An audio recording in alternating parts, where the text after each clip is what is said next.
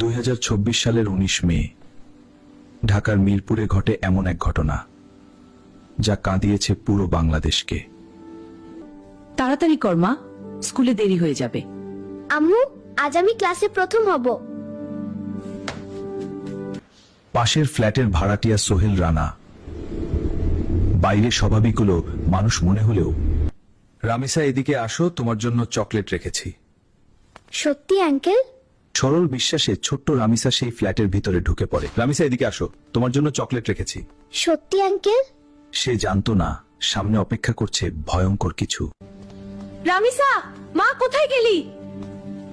এতক্ষণ তো হওয়ার কথা না। দরজার সামনে মেয়ের জুতা দেখে মায়ের বুক হঠাৎ কেঁপে উঠে, তার মনে ভয় ঢুকে যায়। দরজা খুলেন, আমার মেয়েটা ভিতরে আছে। দরজা খুলেন, আমার মেয়েটা ভিতরে আছে। দয়া করে দরজা খুলেন। বাইরে মায়ের চিৎকার শুনে আতঙ্কে কাঁপতে থাকে ঘাতক। তারপর সে নেয় আরো ভয়ঙ্কর সিদ্ধান্ত। দরজা ভাঙেন, নিশ্চয়ই ভিতরে কিছু হয়েছে। এতক্ষণ দরজা খুলছে না কেন? কিছু একটা হয়েছে ভিতরে, এখনই ভাঙো।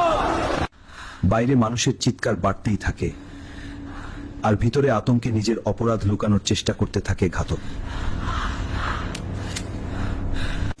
সবাই দরজা ভাঙার চেষ্টা করার আগেই গ্রিল কেটে জানালা দিয়ে পালিয়ে যায় সোহেল রানা। কিন্তু তার স্ত্রী স্বপনা পালাতে পারেনি। জনতা তাকে আটকে পুলিশের হাতে তুলে দেয়। কেউ কিছু স্পর্শ করবেন না, পুরো ফ্ল্যাট তল্লাশি করা হবে। প্রযুক্তির সহায়তায় মাত্র